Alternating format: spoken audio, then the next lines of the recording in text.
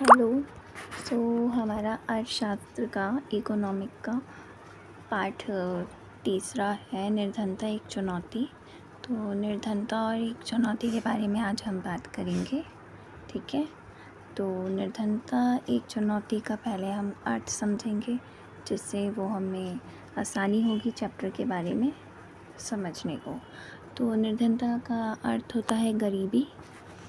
Simple और सामान्य अर्थ निर्धनता का, जिसके पास धन ना हो, जिस व्यक्ति के पास धन ना हो, जो निर्धन हो, निर्धनता, गरीबी। ठीक है। और एक चुनौती, गरीबी एक चुनौती, चुनौती होती है चैलेंज। चैलेंज वो होता है जिसमें हम जीत हासिल कर सकें। तो हम गरीबी को रोक कर, उसमें विकास कर कर उसको रोज़गार या गरीबी को कम कर कर चुनौती के रूप में लेके हम गरीबी कम कर सकते हैं। तो निर्धनता आज के समय में एक चुनौती है और कई टाइम से चुनौती है। ठीक है, और आज भी ये चुनौती बनी हुई है और हमें इस पे जीत हासिल करनी है। ठीक है, तो निर्धनता एक चुनौती का अर्थ आप समझ गए होंगे। निर्धनता मीन्स गरीबी, चुनौती मीन्स चैलेंज। ओके, तो निर्धनता एक चुनौती का अर्थ समझ चुके हैं। निर्धनता को हम दो रूप से देख सकते हैं, शहरी निर्धनता के रूप में, ग्रामीण निर्धनता के रूप में।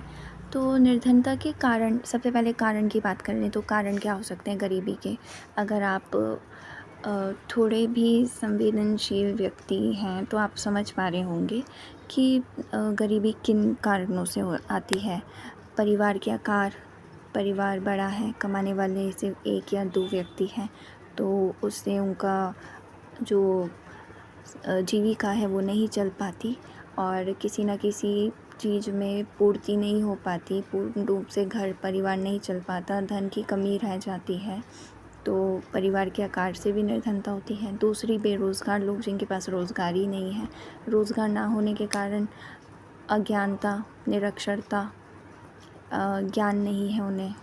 ठीक है, एजुकेटेड नहीं है तो उन्हें काम नहीं मिल पाया, या फिर छोटे मोटे व्यवसाय में भी कौशल नहीं है तो उनको काम नहीं मिल पाया, व्यवसाय नहीं कर पा रहे, मिल नहीं पा रहा रोज़गार।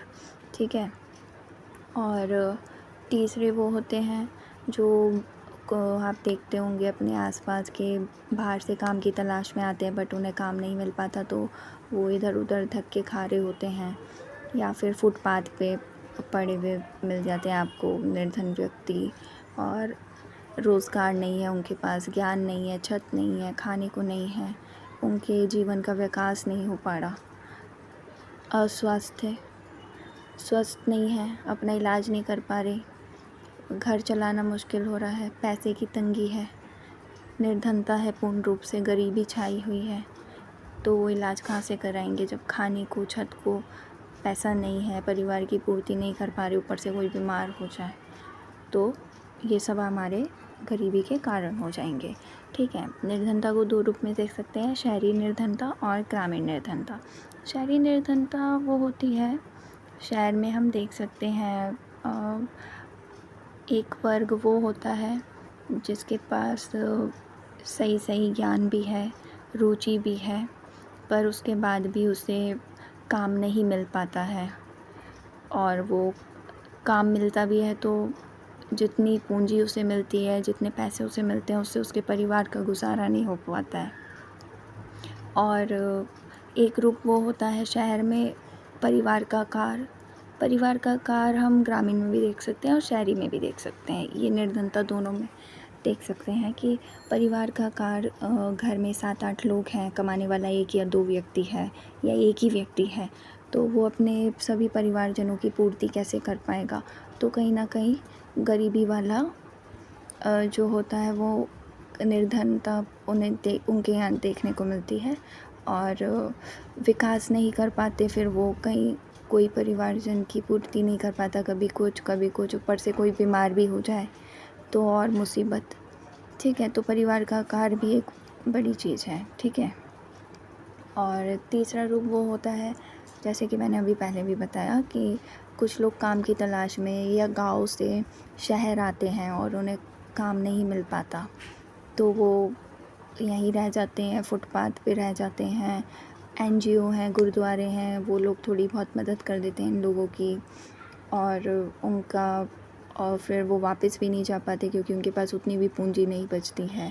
तो फिर वो यहीं पे आपको दिखते हैं, कोई शूज़ पॉलिश करते हुए दिख जाता है, कोई चाय की दुकान पे लग जाता है, कोई रोड पे भीख मांग रहे होते हैं, गाड़ी साफ़ कर रहे होते हैं। इस तरह से वो लोग भी, ठीक है, काम की तलाश में आए हुए लोगों का भी वर्ग शहरी निर्धनता के रूप में देखा जा सकता है।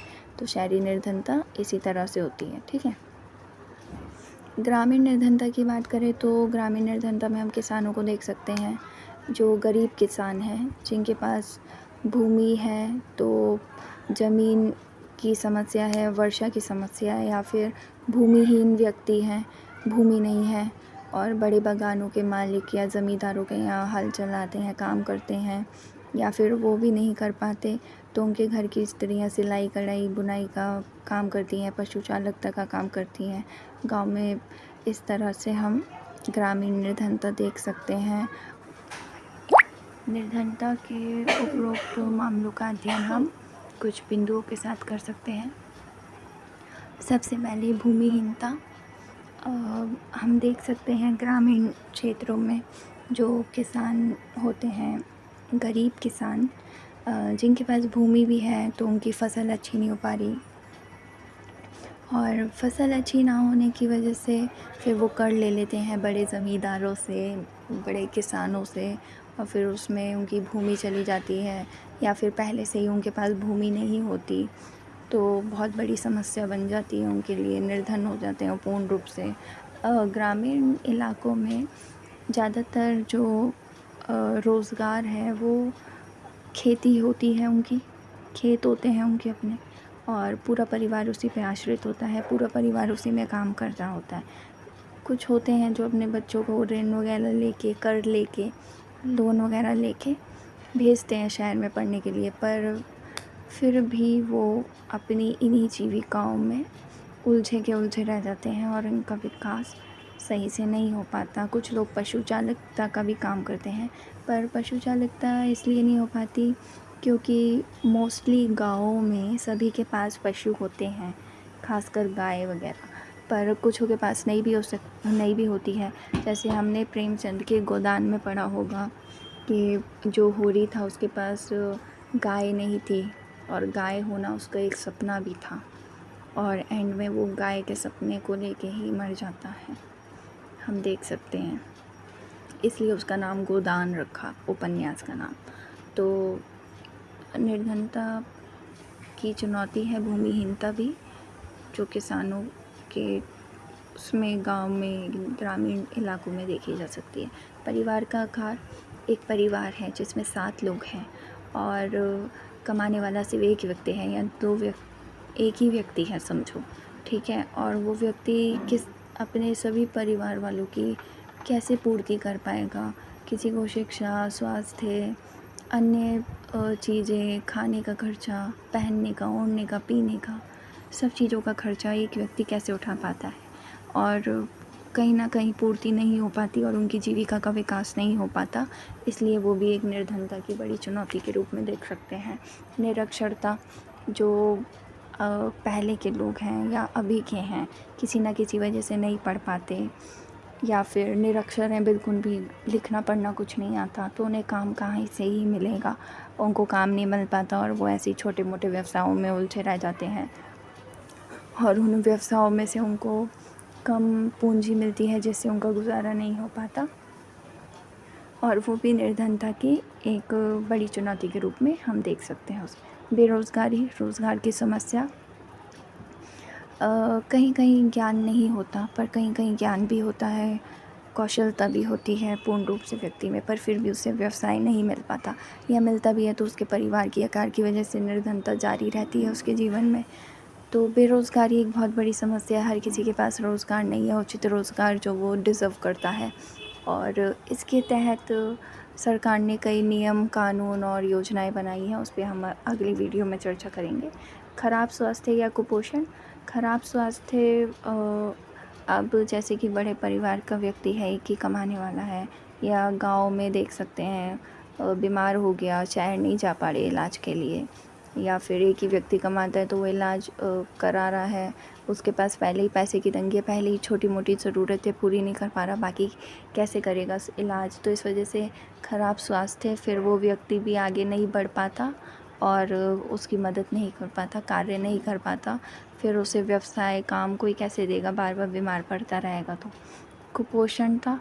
कुपोषणता जब हम अपनी छोटी मोटी चीज़ों की ज़रूरतें पूरी नहीं कर पाते, बेरोज़गार होते हैं या किसी भी तरीके से निर्धन होते हैं, या फिर मैंने बोला था आपको कि जो शहरी निर्धनता के रूप में हम एक वर्ग वो भी देखते हैं जो बाहर से काम करने के लिए आते हैं यहाँ पे और यहाँ पे रह जाते हैं, काम नहीं मिल पाता उन्हें, इधर उधर भटकते रहते हैं। फुटपाथ पे हम देख सकते हैं लोग पड़े रहते हैं, छोटी छोटी मज़दूरी करते हैं, डेली बेस पे कमाते हैं, खाते हैं, वो अच्छे से खा पी भी नहीं पाते और कुपोषणता का शिकार बन जाते हैं, उनका शरीर का भी विकास नहीं हो पाता, कुपोषित लोग हो जाते हैं। वो देख सकते हैं हम गाड़ी साफ़ करने वाले, फूल बेचने वाले, शूज़ पॉलिश करने वाले, चाय बेचने वाले, एक्सेट्रा एंड ऑल। ठीक है, बाल श्रम अब जब अपने छोटी छोटी ज़रूरतों को डेली बेस पे नहीं पूरा कर पाते तो वो अपने बच्चों को भी काम पे लगा देते हैं, जैसे छोटी छोटी दुकानों पे, चाय की दुकान पे, होटल में शूज़ पॉलिश करते हुए आपको कितने सारे बच्चे मिल जाएंगे, क्योंकि उनके घर वाले कूड़ा चुनने वाले बच्चे, कूड़े को चुनने वाले बच्चे, प्लास्टिक इकट्ठा करने वाले बच्चे, बहुत सारे बाल श्रम, मज़दूरी, होटलों में काम करना, दुकानों पे काम करना, बहुत स्तर पर बाल श्रम होता है। आज भी हम अपने आसपास बाल श्रम देख सकते हैं और बाल श्रम का कारण यही है कि उनके परिवार का विकास नहीं हो पा रहा, तो इसलिए वो पढ़ने लिखने की बजाय मजबूरी है उनकी कि वो अपने खाने के लिए, रहने के लिए, सोने के लिए उसमें लग जाते हैं और उनको ये सब करना पड़ता है। वैसे ये बहुत बड़ा जुल्म है बाल श्रम करना या करवाना। इसके तहत संविधान में कई कानून और नियम हैं, तो बाल श्रम एक अपराध के रूप में भी देखा जाता है और निर्धनता की एक चुनौती के रूप में भी देखा जाता है। तो इस तरीके से हमने निर्धनता के कई मूल्यों और बिंदुओं पर अध्ययन किया। ठीक है, अब आप निर्धनता का अर्थ और उसके कारण और उसके कई बिंदुओं के बारे में समझ पा रहे होंगे और जान भी रहे होंगे। Thank you so much.